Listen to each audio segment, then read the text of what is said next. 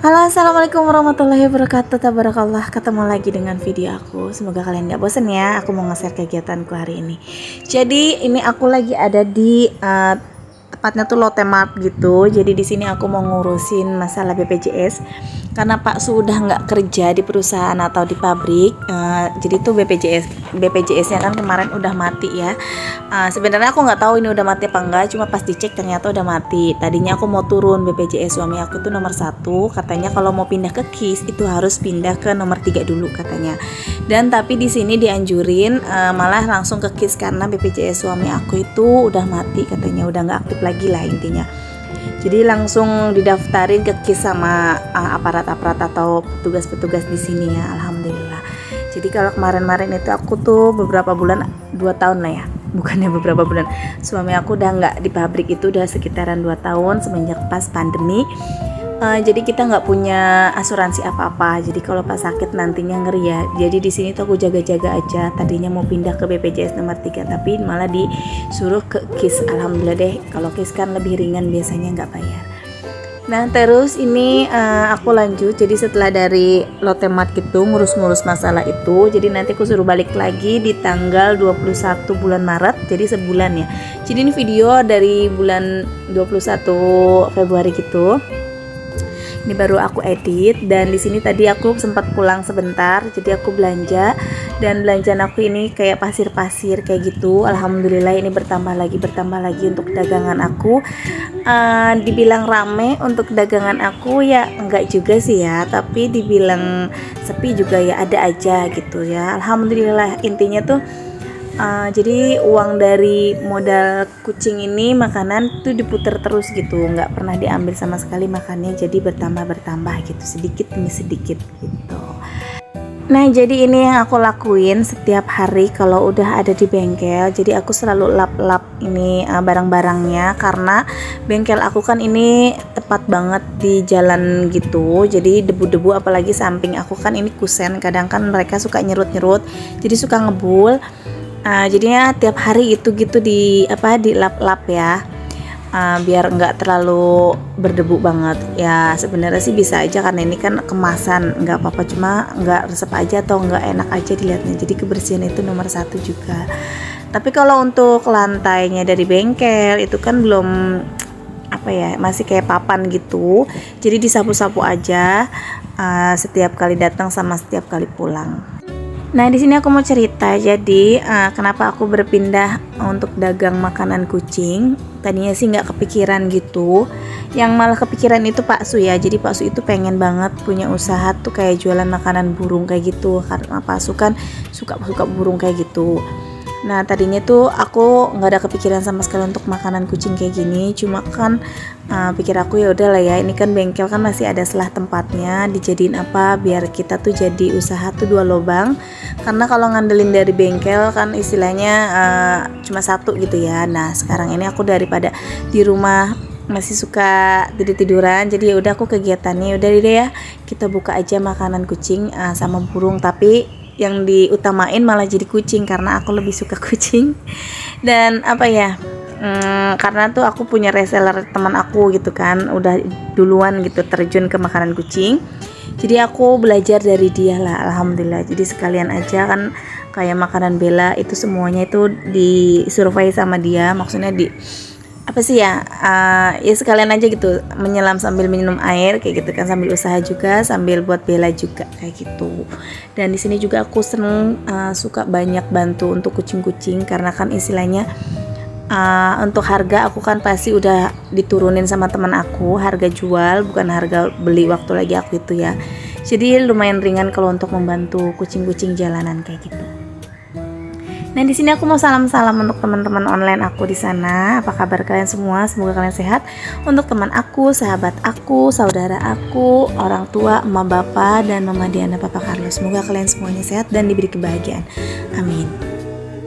Nah jadi ini tuh aku lagi ngemasin pasir zeloid. Jadi ini pasir yang nggak gumpal atau nggak wangi. Jadi di sini aku jual 10.000 itu 3 kilo ya. Nah ini aku takar-takarin kayak gini. Bisa aja aku jual karungan. Ada juga yang beli karungan. Untuk karungan itu aku jual 40.000. Tapi kalau minta diantar itu ada ongkos kirimnya ya sekitar 45.000. Karena ini beneran berat banget. Isinya itu berapa ya? Pokoknya banyak banget, itu berat, harus berdua orang ngangkatnya. Jadi aku minta bukan jatah, ongkir lah istilahnya ya. Nah kayak gini, tapi banyak yang mau juga alhamdulillah. Tapi untuk meringankan, aku juga jadi bikin kayak pak-pakan kayak gini. Jadi 10.000 itu 3 kilo. Dan alhamdulillah juga ini banyak juga ya yang mau ya. Tapi kalau menurut aku sih lebih enakan yang gumpal, yang wangi, karena yang nggak berbau gitu. Tapi kalau balik lagi ke selera atau misalkan emang dari keuangan juga, karena kan mungkin ini lebih ringan kayak gitu ya. Dulu aku lagi review juga pakainya yang ini, yang zeloid. Jadi kalau untuk zeloid ini bisa dicuci gitu. Kadang malah customer aku dia nyaranin kalau biasanya nyuci pasir zeloid ini kadang pakai dauni kayak gitu. Jadi biar wangi katanya kayak gitu. Tapi untuk Bella sekarang aku pakai pasir gumpal. Nah untuk usaha makanan burungnya gimana, kapan mau diadain, ada juga yang komen kayak gitu. Dan banyak juga yang tetangga-tetangga sini kenapa sih nggak diadain makanan burung juga. Biasanya kalau ada makanan kucing itu udah pasti ada makanan burung. Insya Allah ini udah dipikirin sama aku sama Pak suami. Tapi tinggal, namanya manusia ya, punya rencana, tinggal Allah yang menentukan kita bisa atau enggak nanti ke depannya. Mudah-mudahan sih bisa ya dalam deket-deket ini, tapi kita nggak tahu. Ini 4 namanya 2, jadi kita cuma bisa berencana. Bismillah aja lah, mudah-mudahan bisa buka makanan burung. Jadi 6 tulis di sini. 6.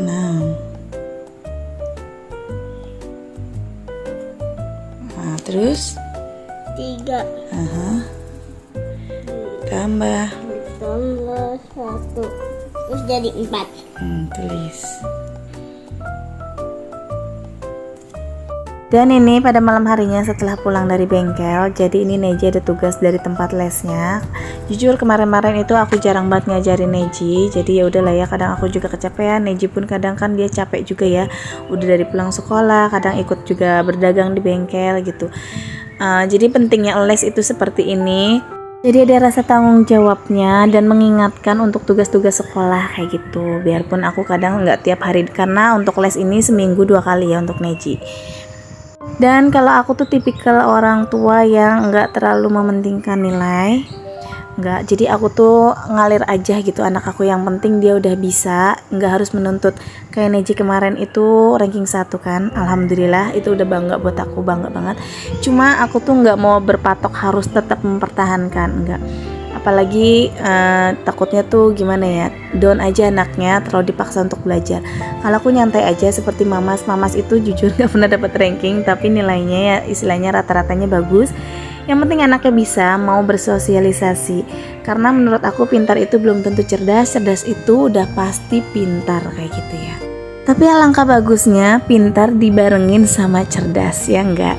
Dan ini dia sekarang waktunya Neji untuk baca. Kalau untuk baca Neji masih suka agak-agak lupa ya, apalagi udah ketemu huruf mati.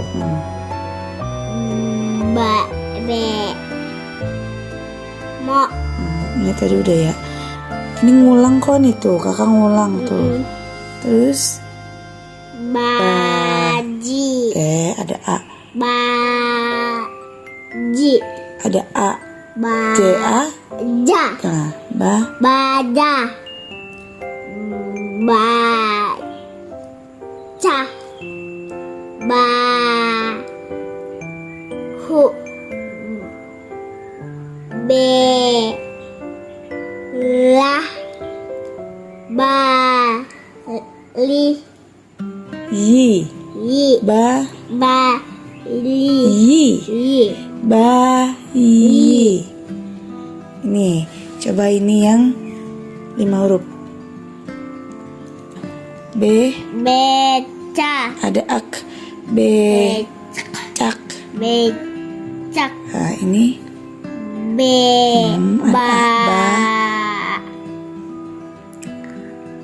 kar. Iya, ini. Jadi seperti itu Neji ya, masih kalau baca-baca itu masih ada yang lupa-lupa. Dan apalagi kalau untuk huruf mati kadang tuh dia harus dibimbing dulu. Kalau misalkan kayak seperti ada badut, badu dulu dibacanya ditambah at kayak gitu.